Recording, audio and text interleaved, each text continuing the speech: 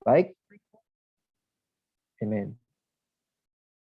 Puji Tuhan, saudara-saudari, kita bertemu kembali ya.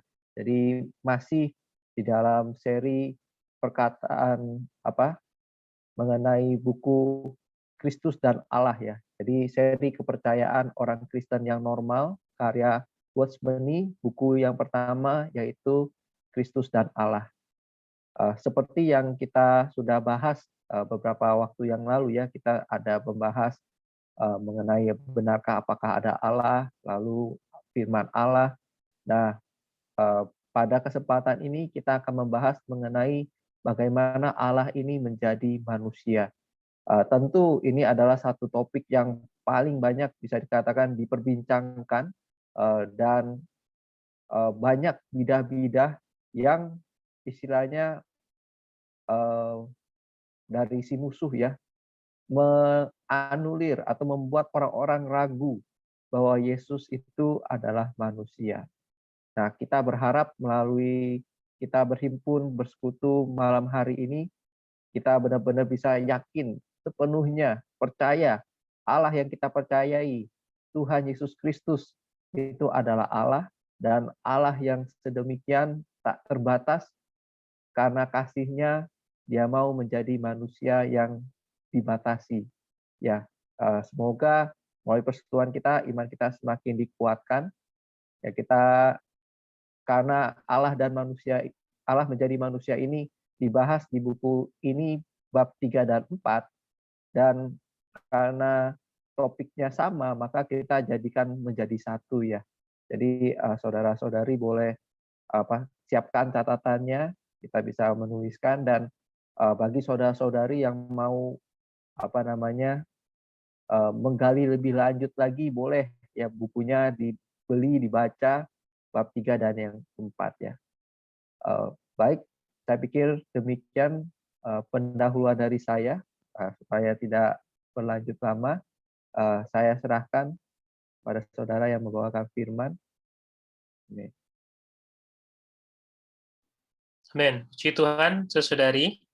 Kita bersama-sama akan memasuki bagian yang ketiga dari seri kehidupan orang Kristen, kepercayaan orang Kristen yang normal ya. Kita akan masuk, topik hari ini adalah membicarakan Allah menjadi manusia. Baik, izinkan saya share screen terlebih dahulu.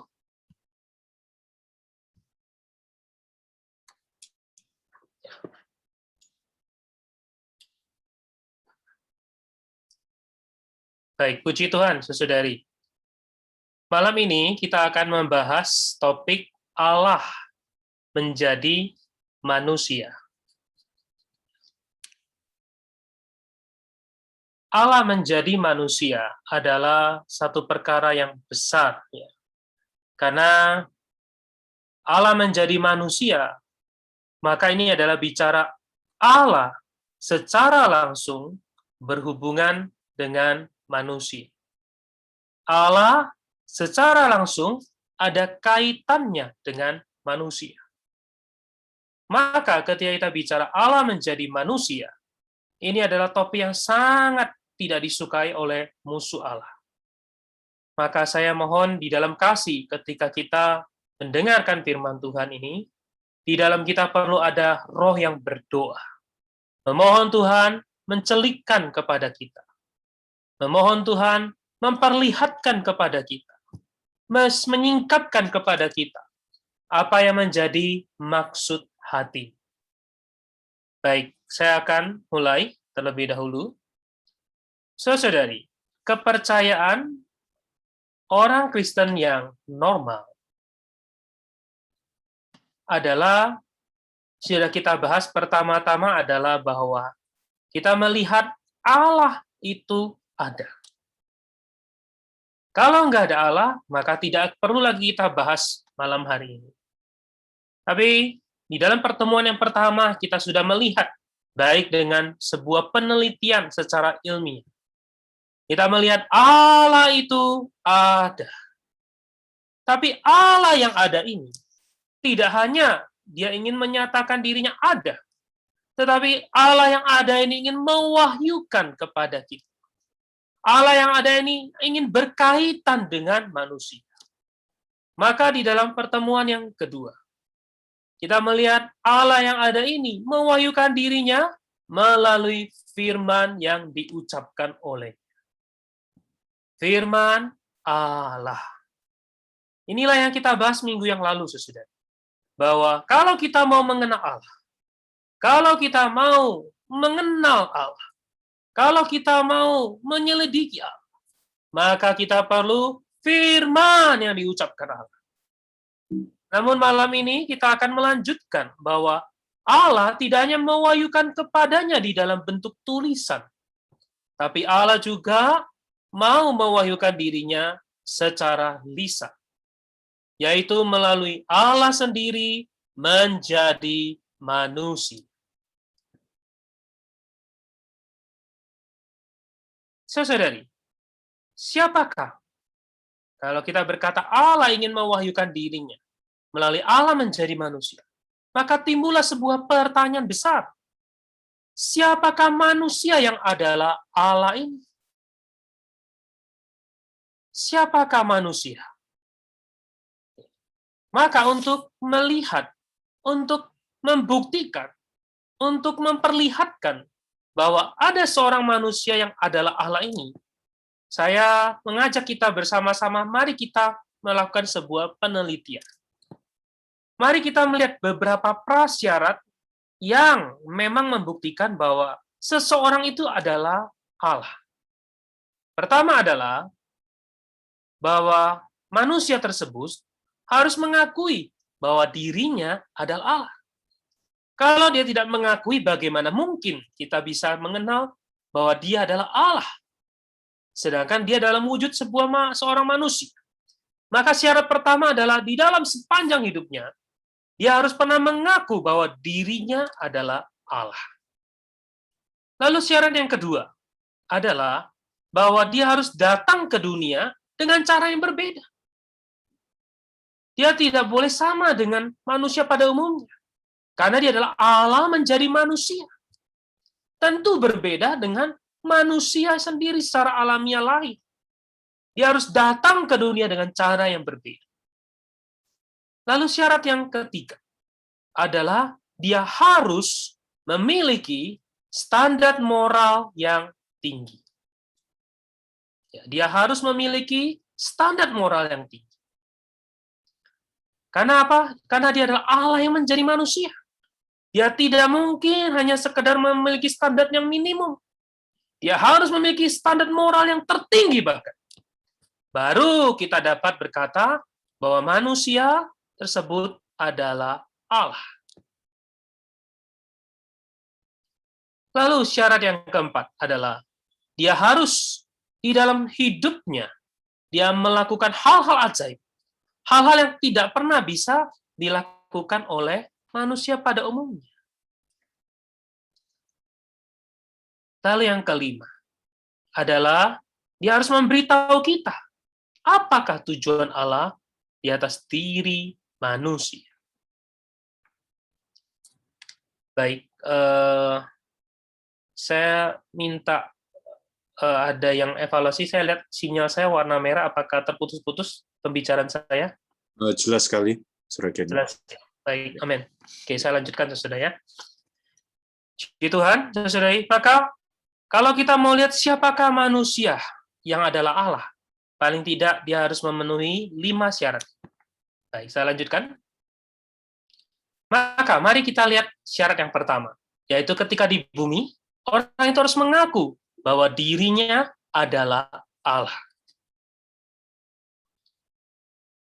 Mengaku diri sebagai Allah, ini adalah satu perkara besar, saudara. Bayangkan, kalau di masa sekarang ini, ada orang berkata, aku adalah Allah. Wah, ini adalah satu pengakuan yang besar. Maka, kalau ada orang yang berkata bahwa, atau mengaku dirinya sebagai Allah, maka pertama-tama persepsi kita, atau penilaian kita adalah bahwa orang ini adalah orang gila. Karena itu, dia tidak waras. Sehingga dia memikirkan sesuatu yang di luar keumuman, kebiasaan manusia. Ya. Tetapi kalau orang ini bukan orang yang gila, Maka ada kemungkinan yang kedua, yaitu dia adalah seorang pembohong besar. Dia nggak gila, tapi dia berbohong. Mengaku dirinya sebagai Allah, sebuah pembohong. Tetapi saudari, kalau dia adalah bukan orang gila, dia adalah orang yang waras, dan dia juga terkenal jujur, tidak pernah berdosa, maka ada kemungkinan yang ketiga, yaitu bahwa dia adalah Allah. Mari sekarang kita saya tidak membahas beberapa poin yang ada dalam buku, karena saya pikir tidak perlu kita bahas. Kita langsung masuk kepada satu persona yang kita percayai bahwa dia adalah Allah, yaitu Tuhan Yesus Kristus. Mari kita lihat pertama-tama. Di dalam Yohanes pasal 1 ayat 1 dikatakan, pada mulanya adalah firman. Pada mulanya di sini adalah pada mulanya di dalam kekekalan yang lampau. Adalah firman. Firman itu bersama-sama dengan Allah, dan firman itu adalah Allah. Saudari, minggu lalu kita melihat bahwa firman yang diucapkan Allah tidak lain adalah diri Allah itu sendiri. Maka Yohanes pasal 1 dikatakan firman itu adalah Allah. Puji Tuhan. Tetapi Yohanes pasal 1 tidak berhenti sampai di sana. Di ayat 14 dia mulai menceritakan firman yang adalah Allah itu suatu hari telah menjadi manusia. Maka kalau saya menggabungkan dua ayat ini, saya berkata firman itu adalah Allah, firman itu telah menjadi manusia. Ini adalah sebuah fakta bahwa Allah telah menjadi manusia. Namun Allah yang menjadi manusia ini apa buktinya? Dikatakan dia diam di antara kita. Kita telah melihat kemuliaannya, yaitu kemuliaan yang diberikan kepadanya sebagai anak tunggal Bapa, penuh kasih karunia dan kebenaran. Allah yang menjadi manusia ini, dia diam di antara orang-orang Israel pada waktu. Dan orang-orang mereka telah melihat kemuliaannya, yaitu kemuliaan yang diberikan kepadanya. Artinya, dia mendapatkan kemuliaan sebagai anak tunggal Bapa, penuh kasih karunia dan kebenaran. Baik, mari saudara kita melihat bagaimana di sepanjang hidup dia, Yesus Kristus, mengaku bahwa dia adalah Allah.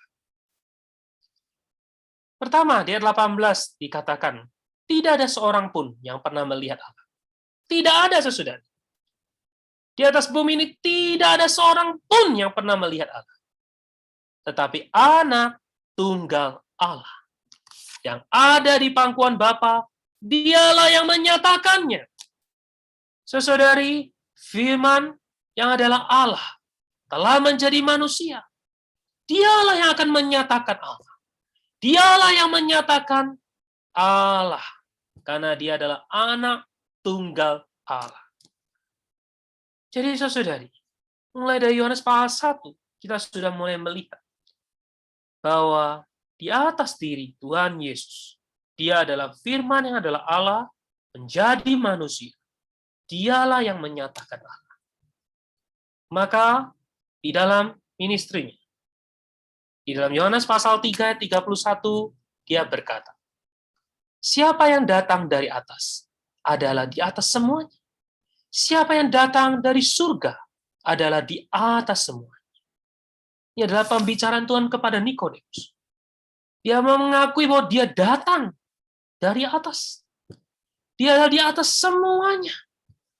Dia datang dari surga. Dia di atas semua. Kemudian di dalam pasal 5:17 dia berkata, Bapakku. Dia mengakui Bapakku. Dia mengakui Allah Bapa adalah Bapaknya. Bekerja sampai sekarang. Maka aku pun bekerja juga. Saudari, lihat. Perlahan-lahan Tuhan Yesus memperlihatkan, menyatakan siapa dirinya. Pertama-tama dia mulai mengatakan dia datang dari atas.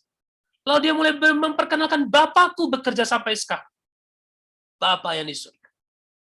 Maka aku pun bekerja juga. Lalu di ayat pasal 6 dia mulai berkata, Hal itu tidak berarti bahwa ada orang yang telah melihat Bapa. Hanya dia yang datang dari Allah. Dialah yang telah melihat Bapa. Saya lihat, perlahan-lahan, di dalam kitab Yohanes, pasal demi pasal, Tuhan Yesus mulai memperlihatkan, mengakui, menyatakan bahwa Dia adalah Allah. Pertama-tama dia berkata dia datang dari atas. Kedua, dia berkata Allah adalah Bapanya. Tiga, dia berkata dia yang datang dari Allah. Dia telah melihat Bapa. Lalu, saudari, di pasal 10 ayat 30, dia langsung berkata. Dia tidak lagi berkata dengan dia datang. Dia tidak lagi berkata dia adalah anak. Ya, dia bekerja sama seperti Bapa bekerja. Dia tidak lagi hanya berkata dia telah melihat Bapa. Dia langsung mengakui aku dan Bapa adalah satu. Saudara, ini adalah satu pengakuan yang besar. Ketika dia mengakui ini, apa yang terjadi? Orang-orang tidak bisa terima. Orang-orang marah. Mungkin pada waktu itu ada orang berkata dia gila. Ada mungkin orang yang berkata dia pembohong besar. Tapi saudari, seperti yang saya katakan dari awal, kita melihat bagaimana kehidupannya di atas bumi. Dia adalah orang yang waras. Dia mengerjakan segala sesuatu dengan tepat. Berbeda dengan orang gila. Berpakaian saja sudah tidak bisa tepat. Berkata-kata saja sudah tidak bisa tepat. Tapi Tuhan, ketika dia berkata-kata, ketika dia bersikap, bahkan dari sejak kecil dikatakan, dia disukai Allah dan disukai manusia. Dia begitu normal. Karena begitu normalnya.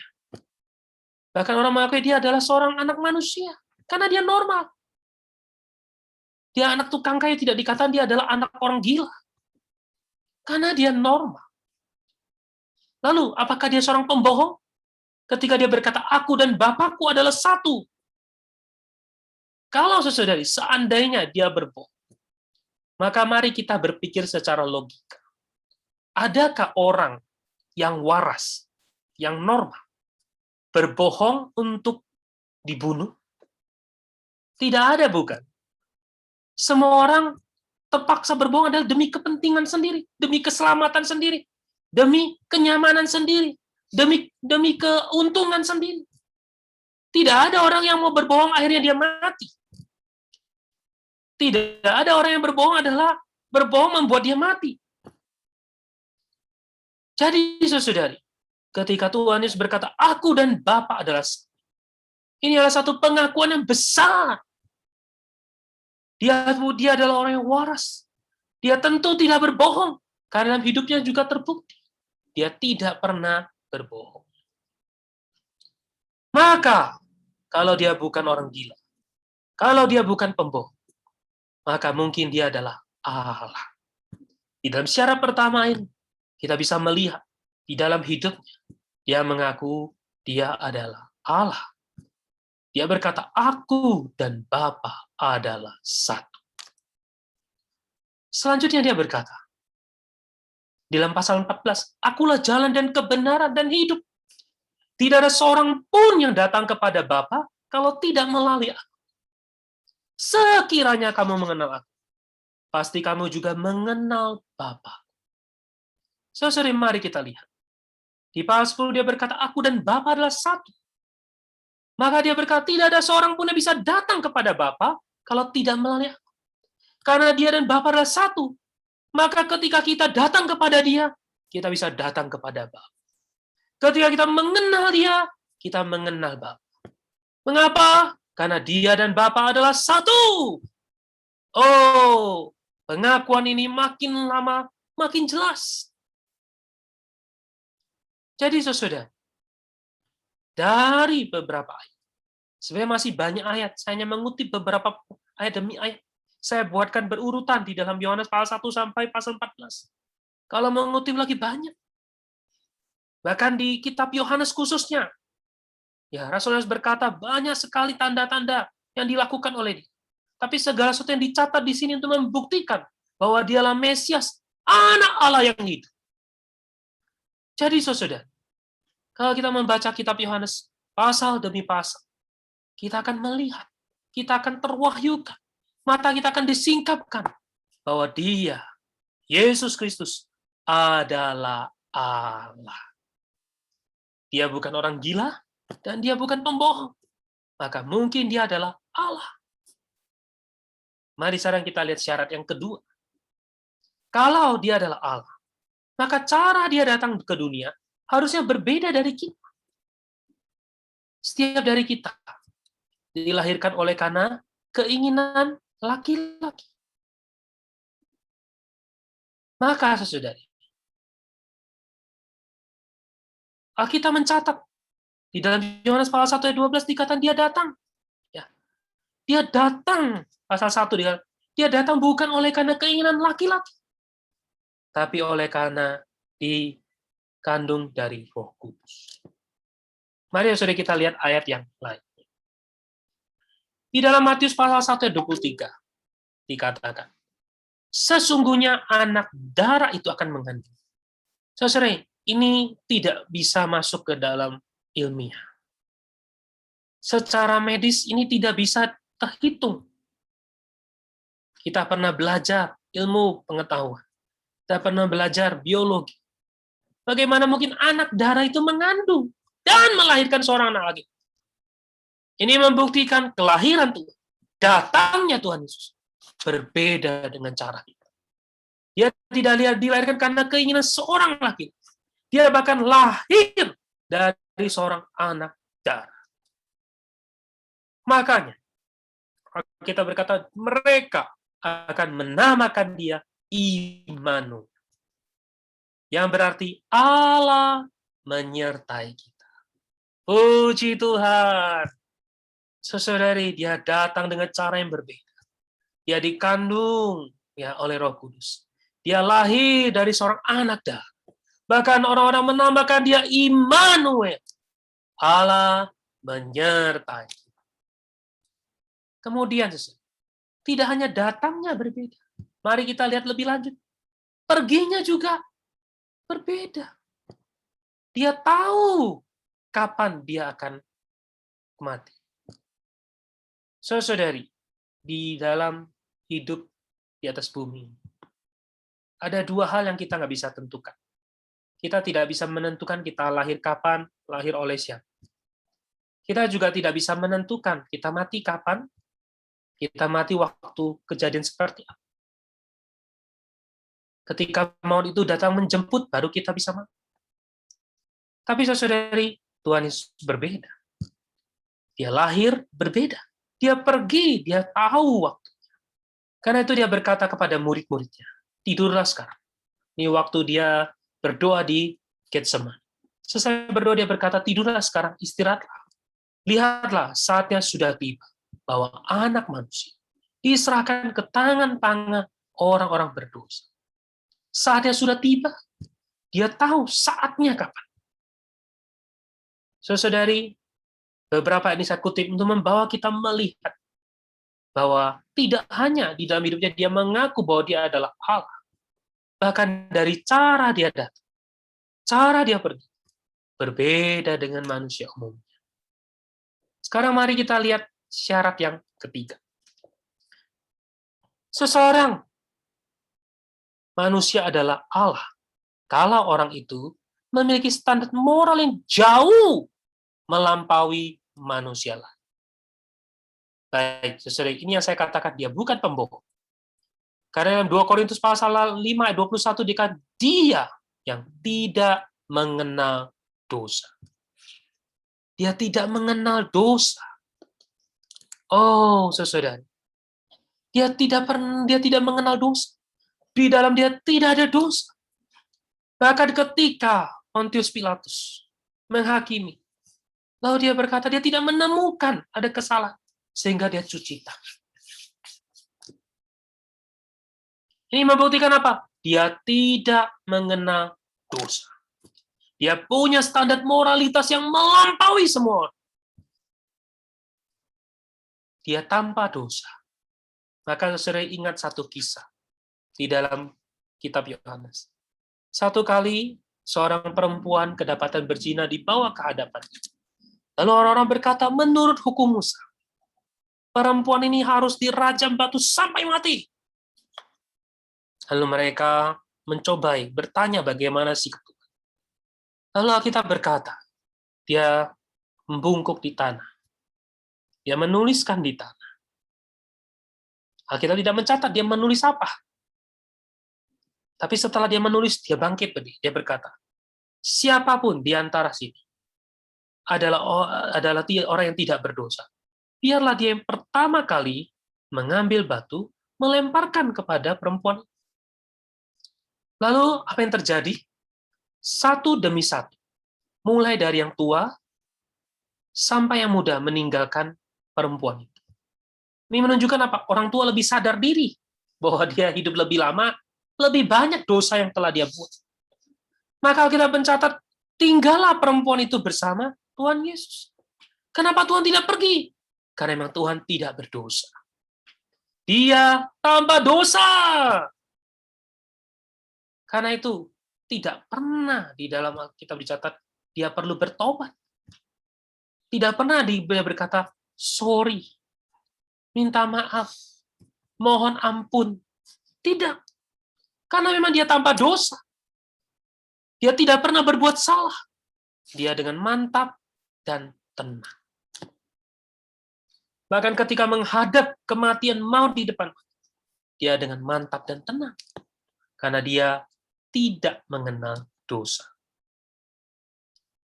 Sekarang kita masuk yang keempat. Siapakah manusia yang adalah Allah? Maka orang itu harus melakukan hal-hal yang tidak dapat dilakukan orang pada umumnya. Mari, satu kali, Yohanes Pembaptis telah dipenjara.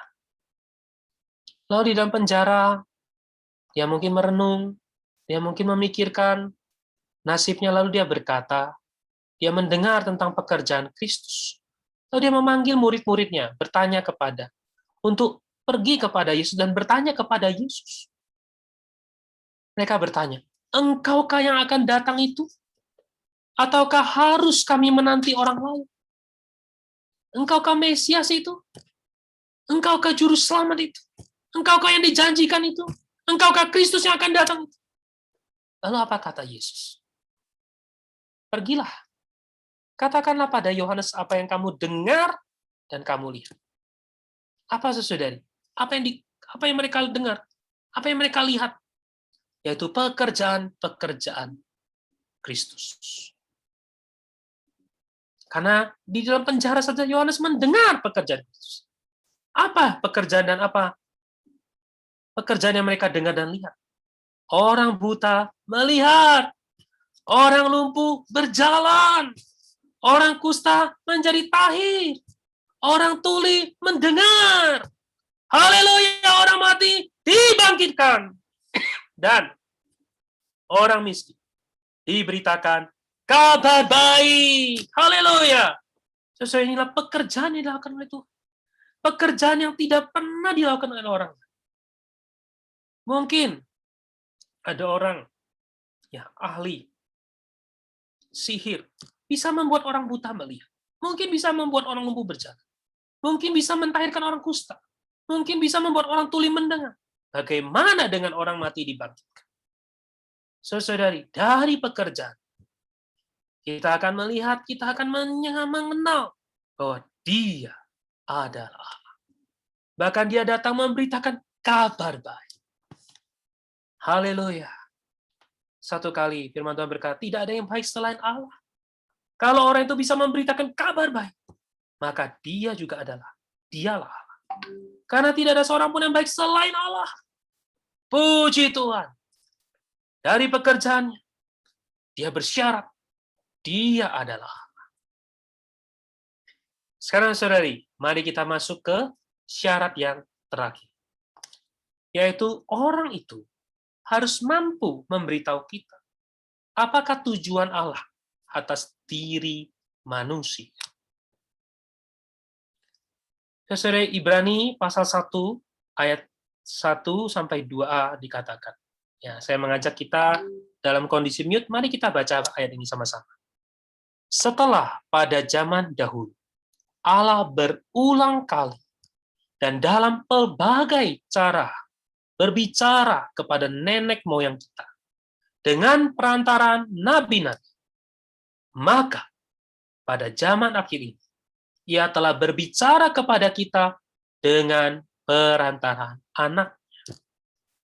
Saudara, apa artinya? Dulu, zaman dahulu, Allah berulang kali dengan berbagai macam cara berbicara, mengajar, menasehati, memperingatkan, memerintah pada bangsa Israel, membawa mereka, memimpin mereka masuk ke dalam tanah. Tapi pada zaman akhir ini, Allah berbicara kepada kita dengan perantaraan anak. Artinya melalui Tuhan Yesus, kita akan mengenal apa makna hidup kita. Melalui Tuhan Yesus, kita mengenal apa makna tujuan kita diciptakan. Melalui Tuhan Yesus, kita mengenal kehendak Allah. Melalui Tuhan Yesus, kita mengenal apakah itu kerajaan. Melalui Tuhan Yesus, kita mengenal bagaimana hidup di dalam kerajaan. Melalui Tuhan Yesus, kita mengenal bagaimana akhir zaman. Bagaimana kita harus bersikap. Bagaimana kita harus menjadi orang Kristen. Bagaimana kita bisa menjadi pemenang. Bagaimana supaya kita tidak remedial. Supaya kita tidak berbagian dalam pendisiplinan. Tapi kita bisa berbagian di dalam kerajaan Allah. Saudari, Allah berbicara pada kita dengan perantaraan anak. Sayang sesuai kita tidak punya waktu untuk membahas lebih detail. Tapi kalau kita memasuki pelan-pelan, kita memasuki kitab Matius, kita melihat bagaimana Tuhan menyingkapkan bahwa dirinya adalah Raja Penyelamat. Dia datang untuk mendirikan kerajaan. Melalui dia kita mengenal apa itu kerajaan Allah. Melalui dia kita mengenal bagaimana hidup di dalam kerajaan. Bagaimana memiliki hakiki kerajaan. Bagaimana kita memiliki berkat-berkat di dalam kerajaan. Dan bagaimana kita diperingati untuk supaya kita kelak bisa mewarisi kerajaan. Saudari, di dalam kitab Markus, kita bisa melihat dia sebagai seorang hamba. Dia menyatakan bagaimana Allah ingin menyelamatkan kita. Dia merendahkan dirinya datang melayani kita. Karena itu dikatakan anak manusia datang bukan untuk dilayani, tapi ada untuk melayani dan memberikan nyawanya bagi domba-domba. Bagi orang-orang yang dikasih. Saudari, dalam kitab Lukas kita melihat bagaimana dia mengajarkan, menempuh kehidupan yang memiliki moralitas yang tinggi. Sebagai seorang manusia Allah. Dalam kitab Yohanes kita melihat, dia adalah Allah penyelamat. Yang akan mendispensikan hayatnya. Karena itu dikatakan dia menghembuskan Roh Kudus ke dalam murid-murid. Terimalah Roh Kudus. Dia adalah roti yang turun dari surga. Saudara, melalui dia, kita mengenal makna hidup kita. Kehendak Allah. Apa yang kelak ingin Allah rampungkan. Jadi saudari, dari kelima syarat, kita melihat bahwa di dalam hidupnya, Yesus Kristus, dia mengaku bahwa dia dan Bapa adalah satu. Dia dengan Allah adalah satu, tidak terpisah. Dia bukan orang gila, dia bukan pembohong, karena tidak perlu dia berbohong untuk kerugian. Dia adalah Allah. Melalui dia cara datang dan cara pergi, dia berbeda dengan manusia pada umumnya. Dia dikandung dari Roh Kudus. Dia tahu masa waktu. Dia bekerja seperti Bapa bekerja. Di dalam hidupnya, dia memiliki standar moralitas yang tinggi. Dia tidak mengenal dosa. Dia tidak pernah berbuat dosa. Di dalam pekerjaannya, dia melakukan banyak pekerjaan ajaib. Bahkan melalui dia, mewahyukan seluruh kehendak hati Allah kepada kita. Puji Tuhan. Inilah Allah yang menjadi manusia. Saudari, beban saya bukan di sini. Ini hanya sebuah pembuktian. Tapi saya ingin mengajak kita sebagai orang-orang yang percaya bahwa Yesus Kristus adalah Allah. Percaya bahwa dialah Allah yang menjadi manusia. Tidak cukup kita hanya mengaku bahwa dia Allah menjadi manusia. Kita perlu lebih maju. Kita perlu bersama-sama mengenal. Untuk apa Allah menjadi manusia? Apakah sekedar hanya dia mau merampungkan keselamatan untuk kita? Apakah sekedar dia mau hanya menyelamatkan kita dari dosa? Saudara, tidak demikian. Oh, hari ini banyak orang Kristen setiap tahun memperingati Allah pernah menjadi manusia. Tapi kalau kita bertanya apa maknanya, apa tujuan, banyak orang tidak bisa menjelaskan dengan lengkap. Tapi malam ini saya ingin mengajak. Mari kita mengapresiasi. Mari kita memuji. Mari kita menyembah Dia. Oh, betapa ajaibnya. Allah menjadi manusia. 2000 tahun yang lalu, Allah berinkarnasi menjadi manusia. Dialah Yesus Kristus.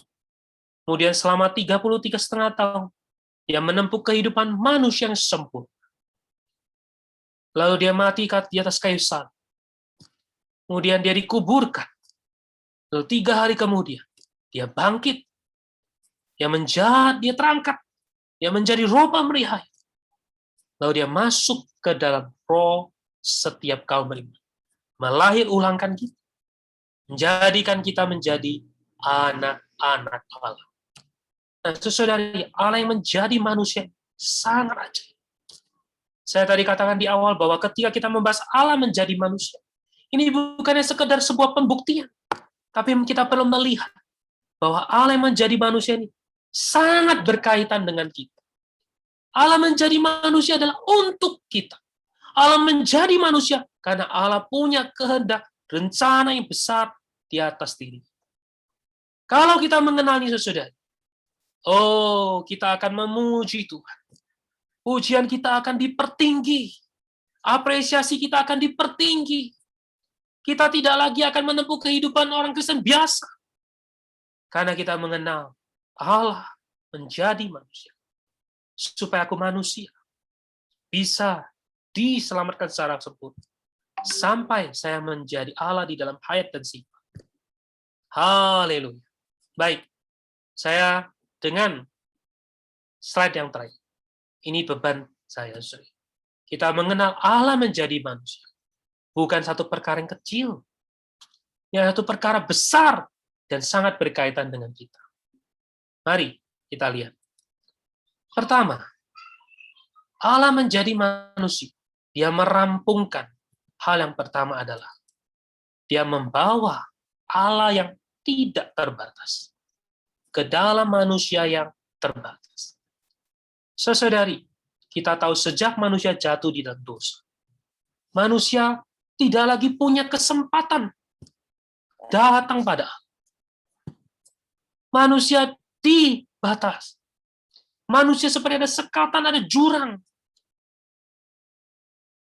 Kalaupun harus datang, itu datang dengan berbagai macam kesusahan. Di dalam padang gurun, memang ada kemah pertemuan.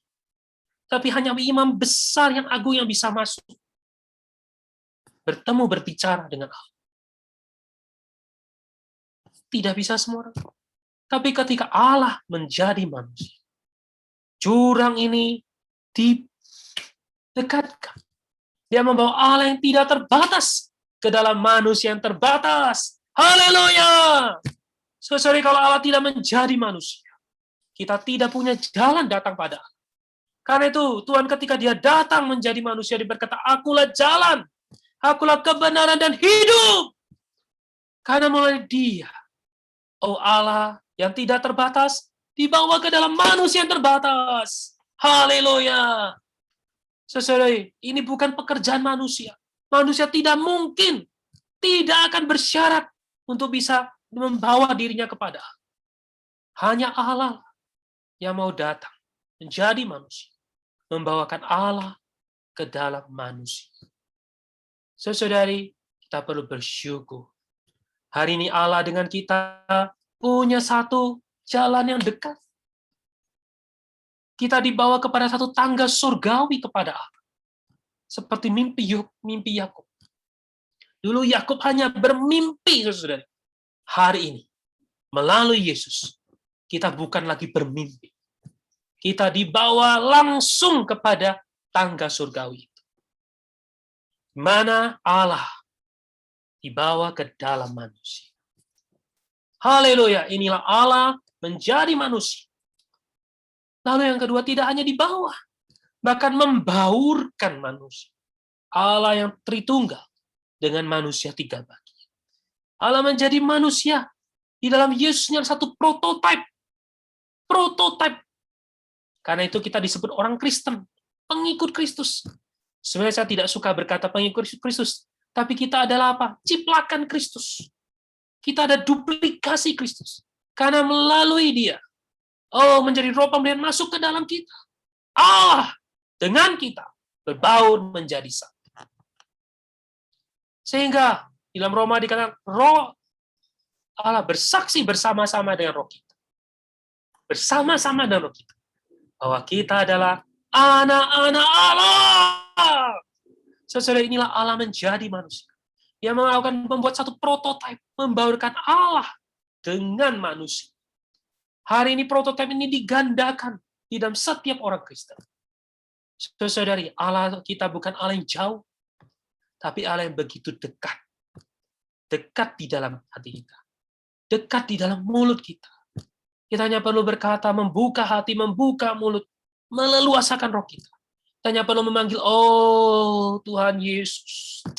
Oh Tuhan Yesus. Kita tidak perlu lagi berseru teriak-teriak yang pakai toah. Karena Allah telah dibaurkan dengan manusia. Amin. Lalu yang ketiga, saudara, dia menampilkan, dia memperlihatkan seluruh atribut-atribut ilahi di dalam kebajikan insaninya yang harum. Dia memperlihatkan seluruh atribut. Apa itu atribut? Karakter, persona, keberadaan Allah. Melalui Yesus kita tahu Allah itu kasih. Melalui Yesus kita tahu Allah itu lemah lembut.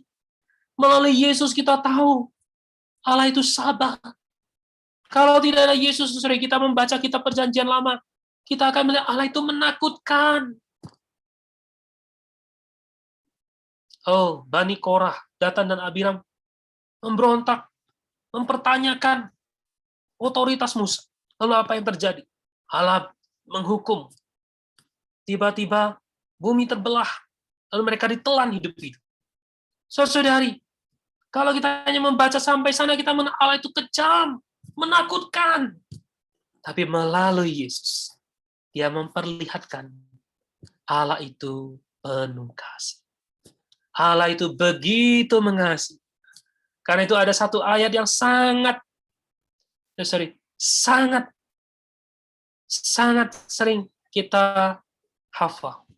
Karena begitu besar kasih Allah akan dunia ini.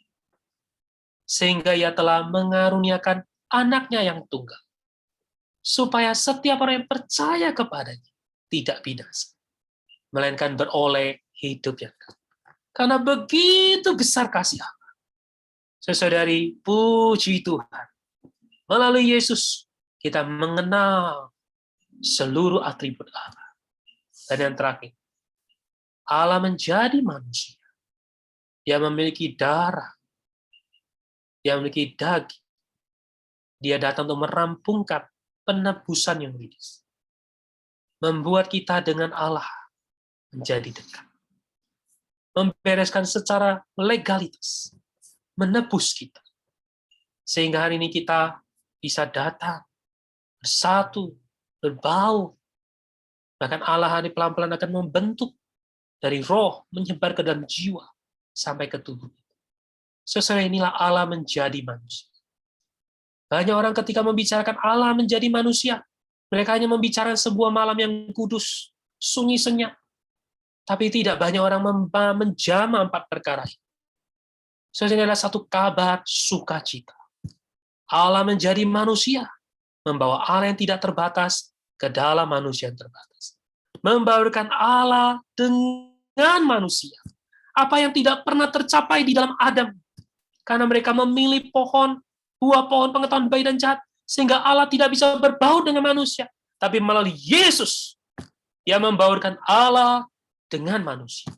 Dia bahkan menampilkan, mengekspresikan, memperhidupkan satu kehidupan model manusia Allah. Sehingga, dia menjadi satu prototipe. Dia merampungkan penebusan, membukakan pintu masuk. Sehingga kita bisa masuk ke dalam kerajaan. Hari ini, saudara, Dia adalah Allah yang menjadi manusia, dan di hari ini menjadi roh pemberihat masuk ke dalam kita. Kita sedang berlatih menempuh kehidupan Yesus. Baik, Puji Tuhan, saya rasa beban saya sudah lepas. Mari sesuai kita berdoa, lalu kita akan masuk ke dalam sesi tanya-jawab. Tuhan, terima kasih untuk firman-Mu. Kami bersyukur, Tuhan, Kau adalah Allah yang menjadi manusia.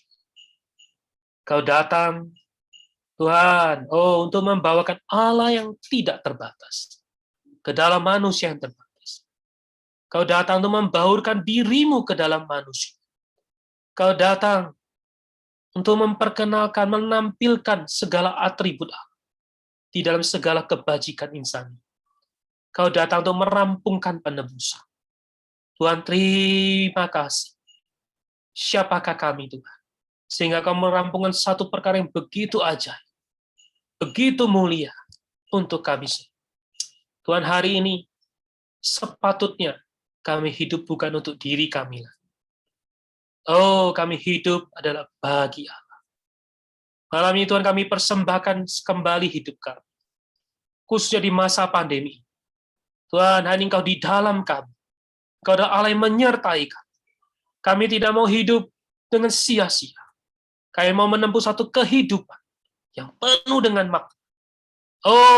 Yaitu kehidupan manusia Allah. Kehidupan manusia yang menampilkan Allah. Karena itu Tuhan, bimbing latihan kami setiap hari. Juga berdoa untuk firman-Mu yang telah diberitakan. Kiranya Engkau Tuhan berbicara, menerangi lebih lanjut dalam hati setiap saudari yang mendengarkan. Segala mulia, hormat, hanya bagi Tuhan Yesus Kristus. Amin. Puji Tuhan, saya kembalikan ke Saudara Irfan. Puji Tuhan, sangat baik sekali ya. Tadi kita melihat bahwa Tuhan kita, Tuhan Yesus Kristus, benar-benar adalah Allah yang menjadi manusia ya. Dia benar-benar banyak sekali kalau kita membaca Alkitab, mewahyukan atau menyatakan dirinya adalah Allah. Apa yang Dia lakukan, yang Dia kerjakan, semua membuktikan bahwa Dia adalah Allah. Dan kita bersyukur sebagai orang Kristen, kita punya Allah yang menjadi manusia. Tadi dikatakan karena Dia adalah Allah yang menjadi manusia, Dia yang dahulu jauh, ini sudah menjadi dekat dengan kita. Ya, saudara-saudari, apakah ada yang mau bertanya? Ya, sampai sekarang masih belum ada pertanyaan yang masuk di saya. Jadi bagi saudara-saudari yang mau bertanya boleh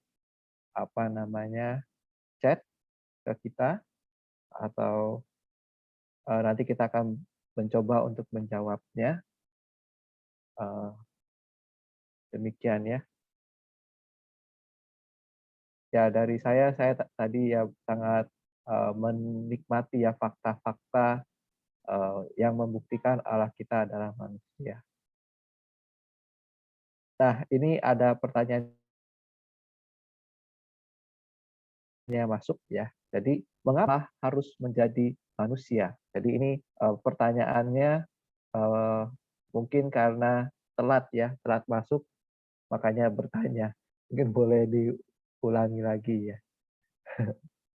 Amin. Sorry, mungkin boleh dibacakan lebih lengkap pertanyaannya, Saudara Irfan. Mengapa Allah harus menjadi manusia? Amin. Okay. Saudari, di dalam 4 poin terakhir adalah sangat menjelaskan kepada kita mengapa Allah perlu menjadi manusia. Kita tahu, sejak manusia jatuh di dalam dosa, manusia tidak punya kemampuan, kelayakan, eh, tidak ada kelayakan sama sekali untuk bisa datang kepada Allah. Karena itu dikatakan manusia diusir dari Taman Eden, lalu ada kerub yang menjaga. Sejak saat itu, manusia tidak punya jalan kepada Allah. Memang di dalam perjanjian lama kita melihat bahwa ketika seseorang mau datang pada Allah, mereka perlu mempersiapkan banyak hal. Kita melihat dari bangsa Israel. Oh, ada kemah pertemuan. Mereka perlu datang mempersembahkan kurban. Begitu banyak kurban kalau kita baca di dalam kitab Imamat. Tetapi yang benar-benar bisa bertemu pada Allah pada waktu itu hanyalah imam besar. Tetapi melalui Allah datang menjadi manusia. Allah mendekatkan dirinya dengan manusia. Allah membawakan dirinya masuk ke dalam manusia. Sehingga apa? Pembatas, jurang pemisah antara Allah dengan manusia sudah disatukan. Sehingga hari kita punya jalan untuk menghampiri Allah. Dan hal ini terbukti dari mana, saudara? Kita lihat di dalam kitab Injil. Ketika Tuhan Yesus di atas kayu salib, dia mati. Lalu dikatakan di akhir, sebelum dia mati, dia berkata, sudah genap. Lalu apa yang terjadi? Dikatakan di dalam bait Allah. Tirai pemisah antara ruang kudus dan ruang maha kudus itu terbelah. Bukan dari atas ke bawah. Kalau dari atas ke bawah itu adalah dari manusia bisa tarik. Tapi adalah dari atas, bukan dari bawah ke atas, tapi dari atas ke bawah. Ini membuktikan ini ada perbuatan Allah. Allah membuka pemisah antara ruang kudus dengan ruang maha kudus. Kita tahu ruang kudus adalah bagian hanya para imam saja sampai di sana. Imam-imam yang lain tidak boleh masuk. Imam hanya boleh sampai di ruang kudus. Tapi untuk masuk ke dalam ruang maha kudus, untuk bertemu dengan Allah, itu hanya imam besar. Tapi dengan tirai itu terkoyak, pemisah itu tidak ada, maka seluruh imam bisa langsung menghampiri. Dan kita tahu di dalam Petrus dikatakan, kamulah imamat yang raja. Sesuai ketika kita beroleh selamat, kita adalah para imam-imam ini. Kita memiliki jalan untuk menghampiri Allah. Bahkan kita hanya bisa memiliki keberanian untuk menghampiri tahta kasih karunia. Ini adalah melalui apa? Melalui Allah menjadi manusia terlebih dahulu. Lalu di dalam dia menjadi manusia, dia membaurkan Allah dengan manusia. Dia menjadikan sebuah prototipe. Lalu dia menampilkan di dalam kehidupannya selama 33,5 tahun. Siapakah Allah ini? Bagaimana hati Allah? Bagaimana keinginan Allah pada manusia? Kemudian dia merampungkan pada dosa.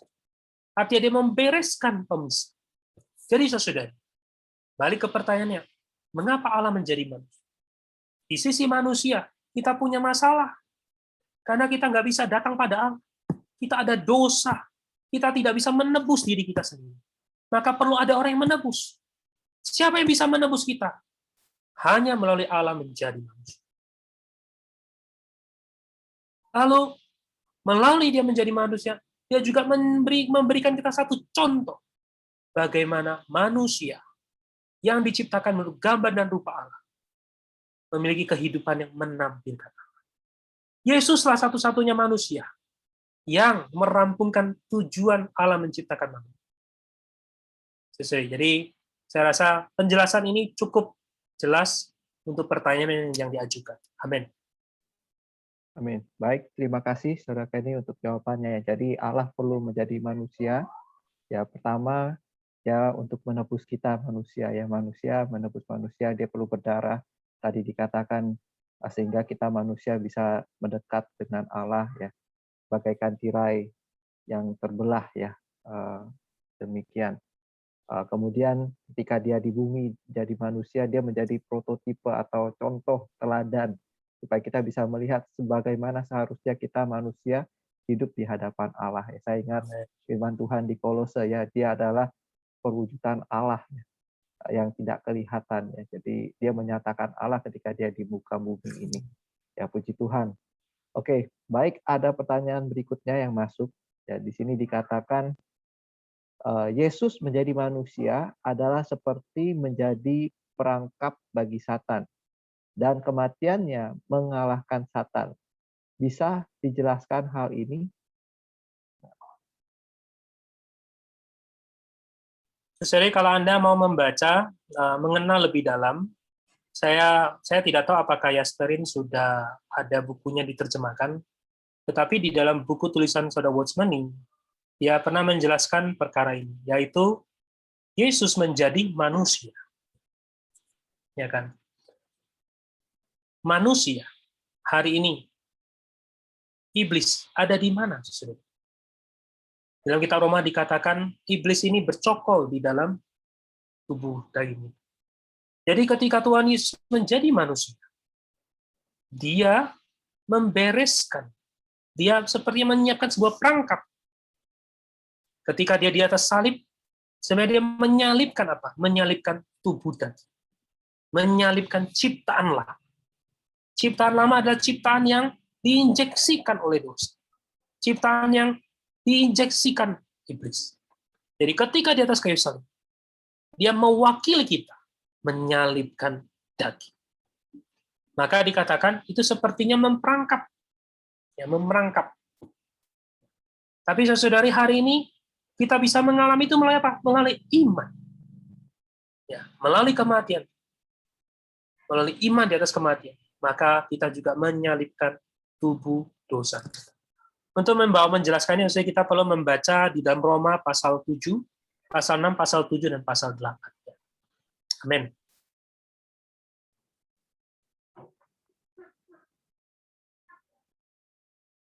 Oke, baik, puji Tuhan. Ya, jadi bisa baca kitab Roma ya, mengenai bagaimana Tuhan mati di atas kayu salib, dan dikatakan dia memerangkap di Satan ini ya. Satan ini masuk perangkapnya.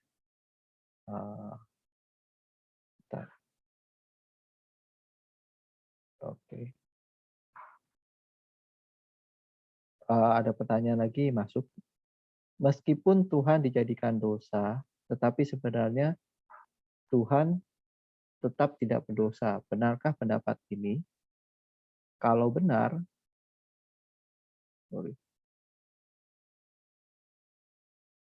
seharusnya Tuhan tidak bisa mati. Ya. Oke, saya ulangi pertanyaannya ya. Meskipun Tuhan dijadikan dosa, tetapi sebenarnya Tuhan tetap tidak berdosa. Benarkah pendapat ini? Kalau benar, seharusnya Tuhan tidak bisa mati. Oke, baik. Saya rasa kalau kita membaca Alkitab, jawaban ini sudah jelas ya.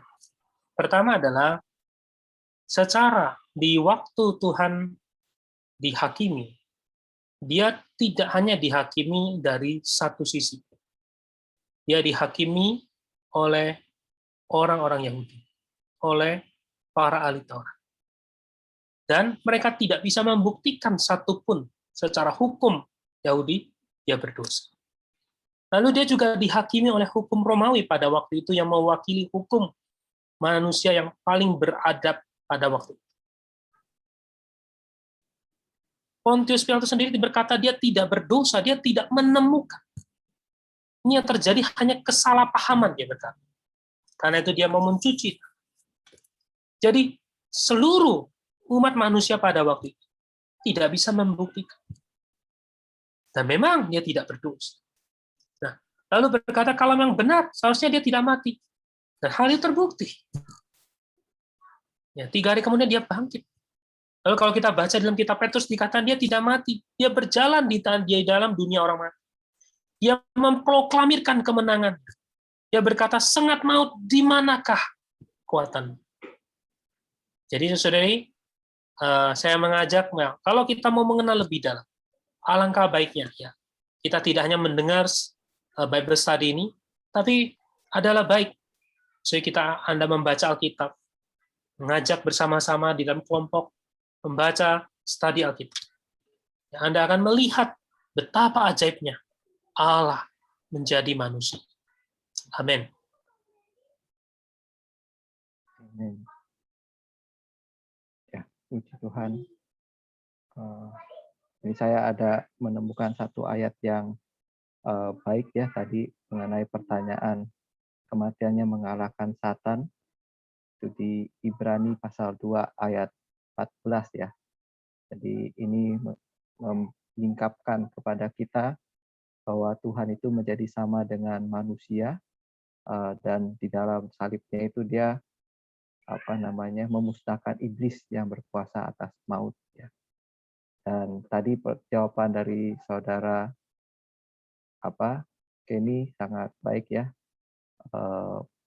bahwa Tuhan ini dijadikan dosa. Saya ingat satu perlambangan ya, bagaikan Musa yang ditinggikan di atas ular tembaga ya, yang ditinggikan di atas padang gurun ya. Jadi dia memiliki rupa ular, tetapi tembaga ya, dia menanggung semua dosa pada dirinya ya. Jadi dia hanya memiliki rupa dosa, di dalamnya tidak berdosa, dan Allah menghakimi dia, namun karena dia penuh dengan keilahian, ya maut tidak dapat menahan dia, maka dari itu dia bangkit ya. Jadi demikian. Kemudian ini ada tambahan dari saudara Moses ya. Bisa menikmati Filipi pasal 2 ayat 5 sampai 10 ya. Jadi Tuhan mengambil rupa seorang hamba sampai mati di atas kayu salib. Jadi saudara-saudari boleh melihat betapa mustikanya Allah kita ya. Dia mau menganggap kesetaraan dengan Allah tidak sebagai milik yang harus dipertahankan. Oke. Kemudian ada pertanyaan lagi. Apakah roh pemberi hayat ada di dalam setiap orang? Kalau jawabannya tidak, siapa yang mendapat roh pemberi hayat? Mohon dijelaskan. Terima kasih. Amin. Saudari, ketika bicara roh pemberi hayat, maka saudari kalau pernah atau yang sudah pernah ikut kelas pendalaman Alkitab, kita pernah membahas mengenai hayat Allah atau Zoe. Hanya Zoe yang disebut hayatnya. Jadi ketika kita berkata Adam yang akhir menjadi roh yang menghidupkan atau roh pemberi hayat, maka ini adalah roh yang memberikan Zoe, roh yang menyalurkan Zoe hayat Allah. Maka saudari, siapa yang menerima ini? Siapa yang memiliki roh pemberi hayat? Ya, kita perlu melihat beberapa ayat Alkitab. Saya mengambil salah satu ayat saja untuk karena terbatas waktu ya. Di dalam Yohanes pasal 1 ayat 12 dikatakan bahwa mereka yang menerimanya ya, diberinya kuasa supaya menjadi anak-anak Allah, yaitu mereka yang percaya kepadanya. Artinya saudari, kita menerima hayat Allah. Kapan kita menerima roh pemberi hayat ini? Tatkala kita percaya. Jadi balik kepada pertanyaan, apakah roh pemberian ada di dalam setiap orang? Tidak. Tetapi apakah roh pemberian ada dalam setiap orang yang percaya? Ya. Karena syarat untuk menerimanya adalah percaya. Ya, jadi saya rasa cukup jelas ya. Untuk pertanyaan berikutnya, saya rasa saya langsung sudah jawab. Kalau tidak, siapa saja yang mendapatkan roh pemberi hayat? Yaitu melalui percaya, menerima Tuhan Yesus. Amin. Amin. Ya, puji Tuhan. Nah, cukup jelas ya, saya rasa. Jadi yang menerima adalah setiap orang yang percaya, yang memiliki roh pemberi hayat itu adalah orang yang percaya menerima Tuhan sebagai juru selamatnya.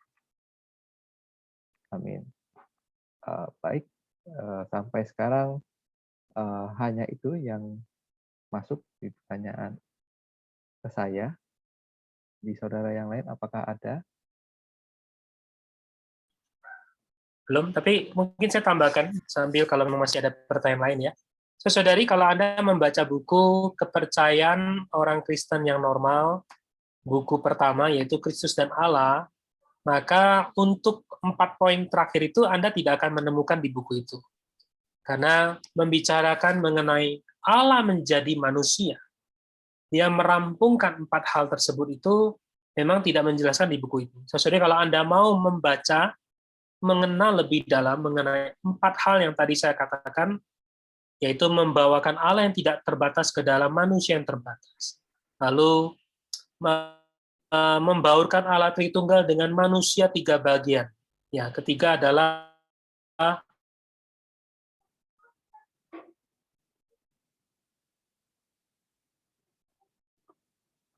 di saya terputus nih ya.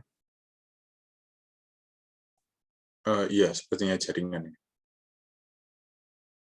yaitu buku Inkarnasi.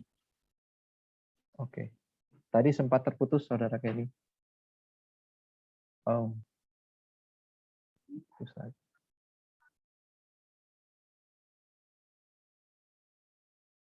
Kita perlu banyak doa ini ya. Masuk, Saudara Kenny? Ya. Oke. Sudah? Ya. Oke, baik. Silakan. Betul ini ya, bukunya ya. Ya. Jadi, sesuai Anda bisa membaca buku ini, Inkarnasi, Inklusi, dan Intensifikasi, dan membicarakan 3 tahap ministry pelayanan Tuhan. Ya. Ministry di atas bumi ada inkarnasi, ya, di dalam kebangkitan inklusi, lalu pada akhir zaman ada intensifikasi. Ya. Jadi 4 poin yang tadi saya bahas itu saya ambil di dalam buku ini, khususnya di dalam tahap inkarnasi. Ya, saya boleh menyarankan sesuai kalau sesuai mau tahu lebih dalam bisa membaca buku ini. Ya. Puji Tuhan. Amin. Jadi boleh saudara-saudari di chat ada saudara Moses ya, kirimkan Google Play Store buku karya saudara Witness Lee mengenai inkarnasi, inklusi, dan intensifikasi. Ini adalah 3 tahap pelayanan Kristus ya. Oke, baik. Ini ada pertanyaan masuk. Apakah roh pemberi hayat itu diberikan hanya kepada orang yang percaya saja atau kepada orang yang percaya dan dibaptis? Ya. Saya rasa saya sudah jawab tadi ya. Jadi mereka yang menerimanya ya, saudari. Jadi saya bacakan deh. Anda boleh baik-baik mencatat saudari di dalam Yohanes pasal 1 ayat 12 ya. Dikatakan tetapi semua orang yang menerimanya diberinya kuasa menjadi anak-anak Allah, yaitu mereka yang percaya dalam namanya. Tidak dikatakan kepada mereka yang percaya dan dibaptis, tapi percaya. Nah, lalu kalau kita nanti ditanya lagi apa mengenai baptisannya, ini adalah bicara baptisan itu adalah sebuah bukti, sebuah tindakan, sebuah proklamasi bahwa hidup kita yang lama telah dikuburkan bersama dengan Kristus. Seperti kita bangkit, ya, hidup sama-sama dengan Tuhan di dalam hayat yang baru. Itu hanya sebuah bukti. Tapi untuk menerima roh pemberi hayat, Anda hanya perlu membuka hati Anda, membuka diri Anda, menerima Tuhan Yesus masuk ke dalam Anda. Maka yang masuk ke dalam Anda adalah roh pemberi hayat. Amin. Saya rasa setiap kita yang orang Kristen kita yang sudah menerima Tuhan Yesus, kita paling sedikit sudah pernah mencicipi bagaimana roh pemberi hayat ini memberikan hayat ke dalam kita, yang membuat kita bersuka cita, membuat kita merasa, wah, sungguh saya adalah orang yang paling diberkati. Saya masih ingat saudari waktu saya pertama kali menerima Tuhan Yesus. Pertama kali saya membuka diri saya berseru kepada Tuhan. Saya waktu itu masih kelas 2 SMP kalau tidak salah ya. Nah, antara 2 SMP 1 SMP. Saya berseru, oh Tuhan Yesus, di kamar saya. Saya merasa hari itu adalah hari yang paling indah di dalam hidup saya. Karena di sana roh pemberi hayat memberikan hayat ke dalam saya. Puji Tuhan. Amin. Ya, jadi itu tadi Yohanes pasal 1 ayat 12 ya. Jadi siapa yang menerimanya diberi kuasa. Kemudian saya juga ingat ya di Yohanes 3 ayat 16 ini kan kata-kata yang favorit ya, karena begitu besar kasih Allah akan dunia ini, hingga Ia mengaruniakan anaknya yang tunggal, supaya setiap orang yang percaya kepadanya tidak binasa ya, melainkan beroleh hidup yang kekal ya. Di dalam bahasa aslinya saya pernah pelajari kata percaya ini bukan hanya percaya kepada ya, sebenarnya bahasa Yunaninya ini percaya ke dalamnya. Jadi kita bukan hanya percaya yang di luaran hanya mengangguk ya, percaya yang ada di dalam Alkitab itu kita menerima, kita masuk ke dalamnya, kita menjadi satu dengannya. Jadi orang Kristen bisa bersatu dengan Allah. Jadi begitu kita menerima hayat, ya tentu kita menerima roh pemberi hayat ini masuk ke dalam roh kita. Amin. Puji Tuhan.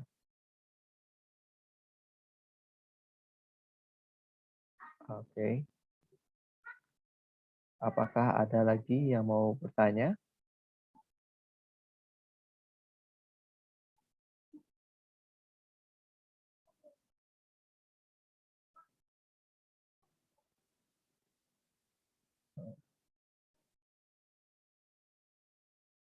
Ya.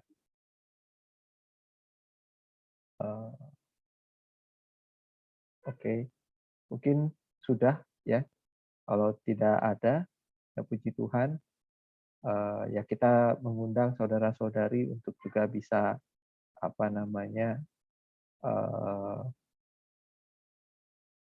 datang lagi minggu depan, ya kan? Kita akan membahas mengenai Kristus dan kekristenan ya bukunya ya. Jadi buku dari kepercayaan yang kedua, Kristus dan kekristenan. Bagi saudara-saudari yang berminat boleh mulai beli bukunya di Play Store atau sama Yasperin, ya kan? Kita boleh saudara-saudari membacanya sebelum mengikuti. Ya kita berharap karena saudara-saudari membaca bisa lebih mengerti, memahami, lebih kaya ya. Dan boleh langsung juga misalkan ada pertanyaan bisa ditandain dulu ya. Setelah itu nanti kita bisa tanya jawab begitu. Amen. Amen. Oke, dari saudara-saudari yang lain apakah ada mau kasih pengumuman? Amen. Baik, saudari. Ya, minggu depan kita akan memasuki buku yang kedua dari kepercayaan orang Kristen yang normal. Ya. Jika di buku yang pertama kita membahas mengenai Kristus dengan Allah. Ya, jadi dua yang adalah satu. Kristus dan Allah. Tapi dalam buku kedua kita akan melihat lebih lengkap, lebih real lagi, lebih ada kaitannya dengan diri kita, yaitu Kristus dan kekristenan. Atau saya boleh kata Kristus dan orang Kristen. Ya. Semoga di dalam pertemuan berikutnya kita makin memiliki apresiasi yang mendalam, kita memiliki satu kehidupan yang terus di-uplift, ya, dipertinggi, sehingga kita bisa menempuh kehidupan ya sebagai orang Kristen yang normal. Ya, hidup, Paulus berkata, aku hidup bukan karena melihat, tapi karena percaya. Tapi percaya apa? Maka buku ini akan membawa kita melihat, menempuh kehidupan orang Kristen dengan memiliki kepercayaan yang normal. Puji Tuhan, saya pikir sampai di sini ya Saudara Ivan ya. Ya, Tuhan berkati. Ya, kita mungkin boleh membuka mic kita ya, kita saling menyapa ya, kita saling mengucapkan berkat satu dengan yang lain. Puji Tuhan. Ya, puji Tuhan. Saudara Tuhan memberkati. Dan memberkati saudara Saudara Moses. Tuhan. Terima kasih.